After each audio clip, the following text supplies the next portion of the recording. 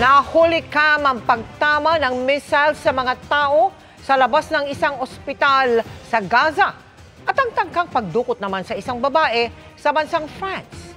Yan at ang iba pang balita abroad sa pagtutok ni Joseph Moro. May mga naglalakad pa sa labas ng ospital sa Gaza nang sunod-sunod na bumagsak ang mga missile. Ilan sa mga tao tumalsik sa lakas ng pagsabog. Nasira ang bahagi ng ospital at kalsada. Pumigay pa nga ang bahagi ng kalsada na nagliyab dahil sa tama ng missile.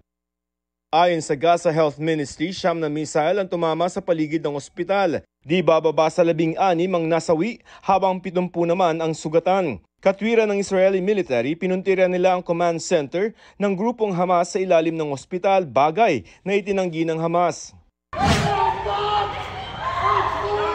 Nahulikam naman ang tangkang pagdukot sa isang babae ng 3 nakaitim at nakamaskara. Tinatangka siyang isakay ng mga salarin sa kalapit na van pero mahigpit siyang kinakapitan ng kanyang kasama.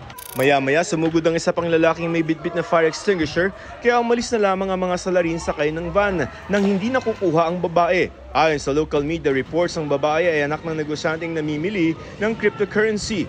Itinuring namang bayani ang lalaking may bitbit na fire extinguisher na isang shop owner. Halos mabalot naman ng usok ng wildfire ang dinadaanan ng sasakyang yan sa Manitoba, Canada.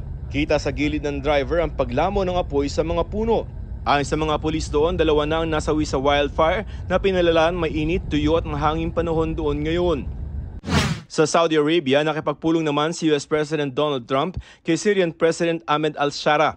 Kasunod yan ang anunsyo ng Amerika na tatanggalin na nito ang lahat ng sanctions nito sa Syria. Pinag-aaralan ding isaayos ang relasyon ng dalawang bansa. Sa pulong, hinikayat ni Trump ang Syrian President na ayusin ang ugnayan nito sa Israel na matagal na nitong kaaway. Sabi ni Trump, may indikasyong bukas dito ang Syrian President.